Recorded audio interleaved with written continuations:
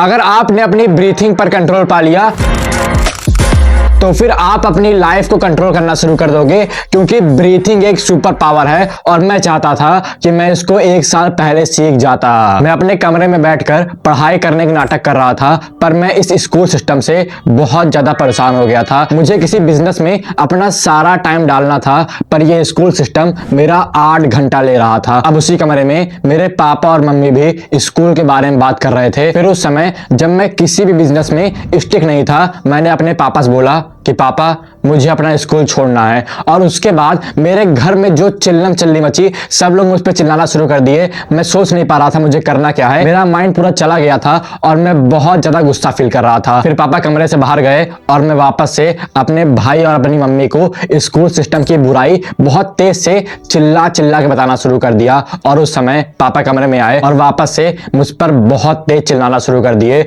मैं उस समय बहुत ज्यादा डिप्रेस्ड हो गया था, क्योंकि पापा बाहर दूर नहीं गए थे, वो बाहर ही खड़े होके मेरी सारी बात सुन रहे थे। फिर मैं तुरंत छत पे गया और वहां पे 2 घंटे तक बैठा था। मैं सोच रहा था कि मैं कूदूं कि ना कूदूं। उस दिन मैं सबसे ज्यादा डिप्रेस था। उस दिन का ट्रॉमा अभी तक मेरे माइंड में है। मैं 2 घंटे तक उसी छत पे बैठ के अपनी लाइफ को गिन रहा था कि आज मेरा आखिरी दिन है या नहीं। और अगर मुझे उस समय ब्रीथिंग के बारे में पता होता तो मैं कभी भी इस स्टेज पे ना आता, मैं कभी भी गुस्से से कोई भी चीज ना बोलता। मैं सबको प्यार से बैठ के समझाता कि मेरी लाइफ ऐसे है, मुझे ऐसे काम करना है और आप लोग कभी भी इसको समझ नहीं पाओगे, तो फिर मुझे मेरा काम करने दो। इसके वजह से कोई भी चिल्लम चिल्ली ना मस्ती, और उसके बाद मैं अपने इमोशन को कंट्रोल करना शुरू कर देता। तो पहले आप ये समझ जाओ कि ब्रीथिंग आपके लिए बहुत ज्यादा इंपॉर्टेंट है, क्योंकि ब्रीथिंग से ही आप अपने इमोशन को कंट्रोल कर सकते हो। जब भी आप गुस्सा फील करोगे तो फिर आप गुस्सा होगे नहीं, बस आप उसको फील करोगे और उसके बाद एक लॉजिकल डिसीजन लोगे। जब भी आप बहुत ज्यादा एंग्जियस फील करोगे तब भी आपको पता रहेगा कि आप एंग्जियस फील कर रहे हो और अपनी लाइफ को एक लॉजिकल तरीके से आगे बढ़ाओगे। जब भी आप फैप करते हो तो फिर आपकी बॉडी बहुत ज्यादा रिस्ट्रेन हो जाती है। जब भी आप कोई भी हार्ड डिसीजन बनाने की सोचते हो, कोई हार्ड कन्वर्सेशन करने की सोचते हो, तब भी आपकी बॉडी बहुत ज्यादा रिस्ट्रेन हो जाती है, वो बहुत ज्यादा डर जाती है। और जब आप एक फुल ब्रेथ करते हो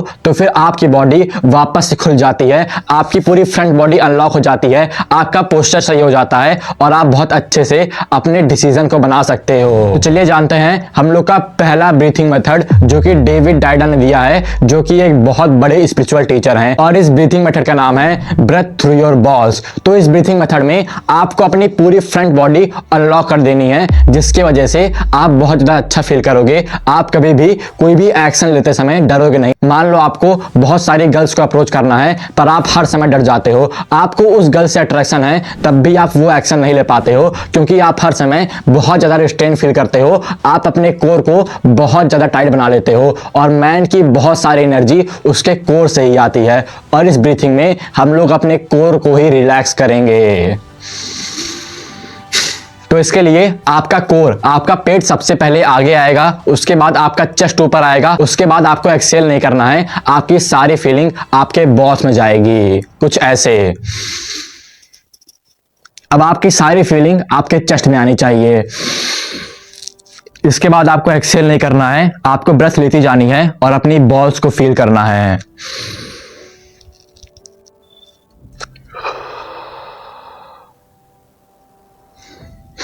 और ये ब्रीथिंग आपको लगभग 5 से 10 बार फॉलो करनी है। इसको हम लोग एक फुल ब्रेथ कहते हैं। जब भी आपका मन फैपिंग करने का करता है, आपके पास बहुत सारी अर्जेस आती हैं, तब भी अगर आप इस ब्रीथिंग को फॉलो करोगे तो फिर आपकी सारी अर्जेस चली जाती हैं और आपके पास वापस से आपकी सारी एनर्जी आ जाती है। आप कभी भी बहुत ज्यादा बेकार फील नहीं करते हो, आपकी बॉडी आपके कंट्रोल में आ जाती है। क्योंकि इस समय आपको ये समझना पड़ेगा कि आप आपकी बॉडी नहीं हो, आप आपकी इमोशन नहीं हो, आप एक प्योर स्टिल सोल हो और इस सोल की एक बॉडी है और इस बॉडी के बहुत सारे इमोशन हैं। और अगर आप अपना सारा कंट्रोल इन इमोशन को दे देते हो तो फिर आपकी लाइफ बहुत ज्यादा बेकार हो जाती है। और इसीलिए आपको इन इमोशन को कंट्रोल करना है, ना कि इन इमोशन को अपने आप को कंट्रोल करने देना है। क्योंकि एज अ मैन आप हर समय स्टिल रहते हो। दुनिया में चाहे जो चीज हो रही है वो हर एक चीज चेंज हो रही है, पेड़ पौधे चेंज हो रहे हैं, हर एक चीज फेमाइन है, जो चीज चेंज हो रही है। और एज अ मैस्कुलिन मैन आपको हर समय स्टिल रहना पड़ता है।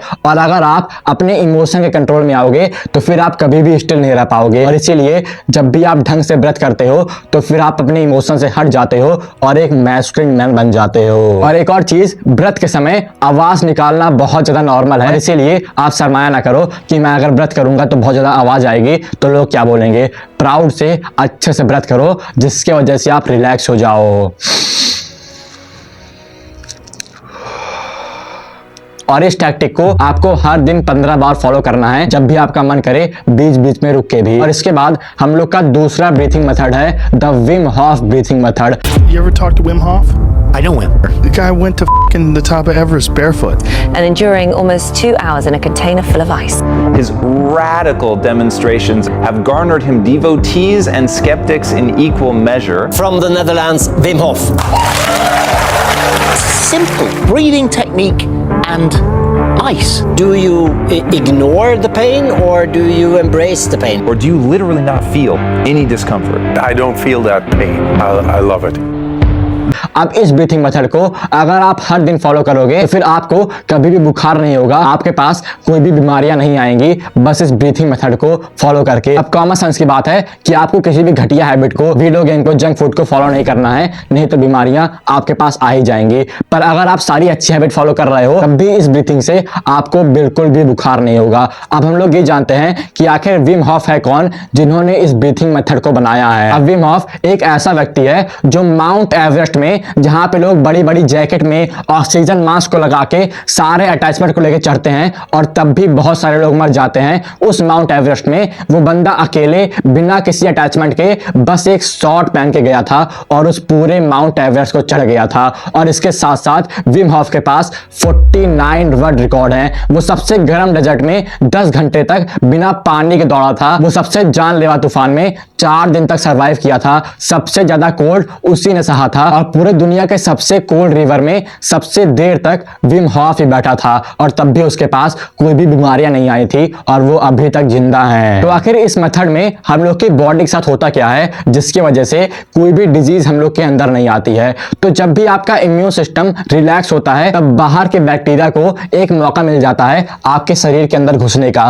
पर जब भी आप इस ब्रीथिंग मेथड को फॉलो करते हो तो फिर आपका इम्यून सिस्टम हर समय एक्टिव रहता है क्योंकि आपकी बॉडी फाइट और फ्लाइट मोड पे आ जाती है इस ब्रीथिंग मेथड को फॉलो करते समय। और जिसके वजह से जब भी कोई बैक्टीरिया आपके अंदर आता है तो फिर आपकी बॉडी उसको मार देती है या फिर उसको बाहर भेज देती है क्योंकि आपका इम्यून सिस्टम, आपके सारे न्यूरॉन एक्टिवेट हो जाते हैं। और अगर आप इसको स्टेप बाय स्टेप फॉलो करना सीख गए तो फिर आपकी लाइफ बहुत तेजी से ऊपर जाएगी। आप हर समय एनर्जेटिक फील करोगे, आपके पास जो ट्रॉमा है और जो डिप्रेशन है वो भी चला जाएगा। यूट्यूब पर ब्रीथिंग के बारे में कोई बात नहीं करता है पर यह बहुत ज्यादा इंपॉर्टेंट चीज है और एज अ भाई मैं आपको बताना चाहता हूं कि आप इसको हर दिन फॉलो करो, नहीं तो आप मेरे जैसे ही किसी ऐसे डिप्रेशन वाले स्टेट में आ जाओगे। और विम हॉफ ब्रीथिंग मेथड को विम हॉफ ने खुद यूट्यूब पर डाला हुआ है जिसका लिंक मैं डिस्क्रिप्शन में दे दे रहा हूं, आप वहां जाके बस 10 मिनट के लिए उसको फॉलो कर सकते हो। और इसके बाद हम लोग का थर्ड मेथड है कपालभाति।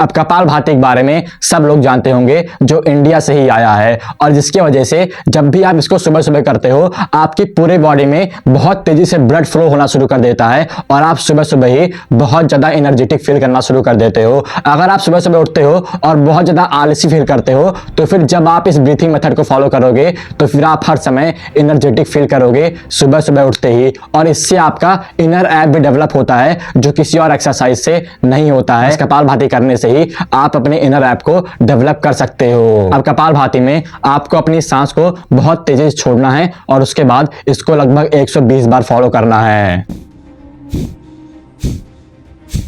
कुछ ऐसे और आपको इसके बारे में बहुत अच्छे से पता है। और मैं फिर आपको बता रहा हूं कि अगर आपको एक मैस्कुलिन एनर्जी में आना है तो फिर आपको ब्रेथ वर्क को फॉलो करना ही पड़ेगा, जिसकी वजह से आप अपने इमोशन को कंट्रोल करोगे। जब भी आप गुस्सा होगे तो फिर आपको गुस्सा फील होगा, पर आप अपने शरीर के बाहर उस गुस्से को नहीं दिखाओगे, क्योंकि आपने बहुत ज्यादा ब्रेथ वर्क को ट्राई कर लिया है और ये सबसे ज्यादा बेस्ट चीज है। और मैं फिर बोल रहा हूं, इस चीज को याद कर लो कि आप एक प्योर स्टिल सोल हो और इस सोल की एक बॉडी है और उस बॉडी के बहुत सारे इमोशन है। आप आपकी बॉडी नहीं हो, आप आपकी इमोशन नहीं हो, आप एक प्योर स्टिल सोल हो। तो बस आपको इन सारे मेथड को हर दिन फॉलो करना है, इसमें आपका बस 15 से 20 मिनट लगेगा।